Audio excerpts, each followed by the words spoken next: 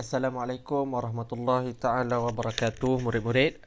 Hari ini petang ni kita akan sambung pelajaran kita yang seterusnya dalam subjek ibadah tahun 4 unit yang kedua. Kita masuk kepada tajuk baru iaitu unit kedua, solat fardu. Okey. Dalam pelajaran kita dalam unit kedua ni, apa hasil yang kita akan dapat dalam pembelajaran kita di unit kedua iaitu solat fardu ni? Okey, murid-murid akan dapat menyatakan pengertian solat. Apa maksud solat? Yang kedua, menyenaraikan nama solat 5 waktu dan bilangan rakaatnya. Yang ketiga, membanding beza syarat wajib dan syarat sah solat. Yang keempat, mengelaskan rukun dan perkara yang membatalkan solat. Dan yang kelima, menyenaraikan perkara sunat ab'ad dan sunat hayat. Okey, jadi kita akan tengok nanti pelajaran-pelajaran yang ada dalam unit kedua ini berkaitan dengan solat fardu. Pada hari ini kita akan pergi kepada pelajaran pertama dalam unit 2 iaitu pengertian solat, hukum, dalil, nama serta syarat solat fardu. Okey. Kita tengok ya. Bagi murid-murid yang ada buku teks ibadah tahun 4 boleh buka muka surat 19. Bagi yang tiada boleh rujuk nota yang ustaz bagikan di dalam grup dan boleh juga lihat pada skrin sekarang ni. Okey, kita pergi pada pengertian solat. Solat adalah rukun Islam kedua. Solat juga dirujuk sebagai tiang agama. Orang Islam yang cukup syarat wajib menunaikan solat. Okey, solat ni ada dalam rukun Islam, 5 rukun Islam. Dalam 5 rukun Islam tu, rukun Islam yang kedua adalah solat 5 waktu sehari semalam. Okey, solat 5 waktu tu wajib.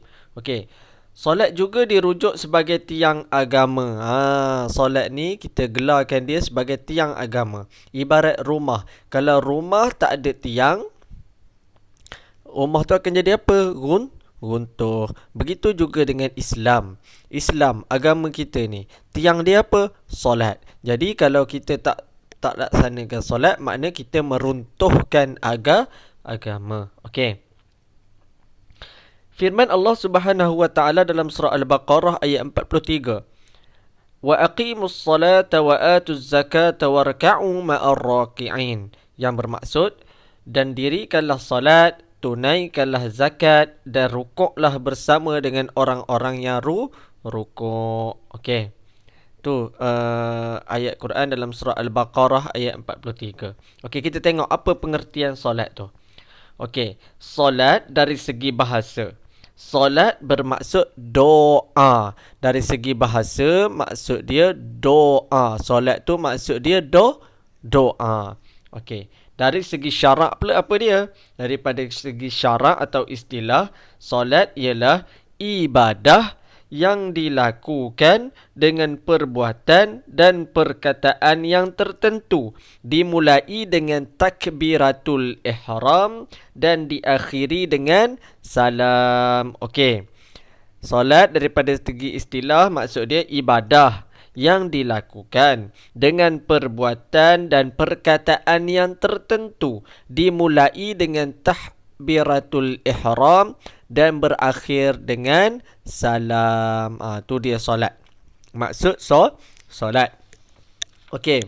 Kita pergi kepada hukum solat fardu. Apakah hukum solat fardu? Kita lihat. Solat fardu hukumnya wajib. Solat fardu telah diwajibkan ke atas umat Nabi Muhammad sallallahu alaihi wasallam ketika peristiwa Isra' dan Mi'raj. Kisah Isra' dan Mi'raj ni mula-mula Nabi dapat perintah untuk melakukan solat. Okey. Bila Isra' Mi'raj ni? Tak lama lagi kita akan sambut. Masuk bulan Rajab. Okey. Solat fardu hukum dia tadi wajib. Kalau wajib kita kena buat lah tanpa alasan. Kena buat. Sebab dia adalah wajib. Okey. Seterusnya, kita pergi kepada dalil wajib tunaikan solat fardu. Apakah dalil-dalil yang mewajibkan kita menunaikan solat fardu? Okey, kita tengok. Firman Allah Subhanahu wa taala dalam surah An-Nisa ayat 3. Ayat 103, Firman Allah Ta'ala dalam surah An-Nisa ayat 103. Inna salata kanat 'alal mu'minina kitaban mawquta. Okey, maksud dia sesungguhnya solat itu adalah kewajipan yang ditentukan waktunya ke atas orang mukmin. Solat ni wajib ke atas orang mukmin. Kita ni orang mukmin lah, orang yang beriman. Okey. Seterusnya, kita pergi kepada nama-nama solat. Okey, nama-nama solat ni seperti yang kita tahu ada 5 nama solat. Okey, solat subuh yang pertama, pagi 2 rakaat. Zuhur 4 rakaat. Asar 4 rakaat. Maghrib 3 rakaat. Dan Isyak berapa? 4. 2, 4, 4, 3, 4. Okey. Kita akan sambung berkenaan dengan nama solat fardu ni. Bila waktu masuk dia, bila waktu akhir dia. Pada pelajaran yang minggu depan. Okey. Cukup setakat itu saja. Wabillahi taufiq wa hidayah. Assalamualaikum warahmatullahi taala wabarakatuh.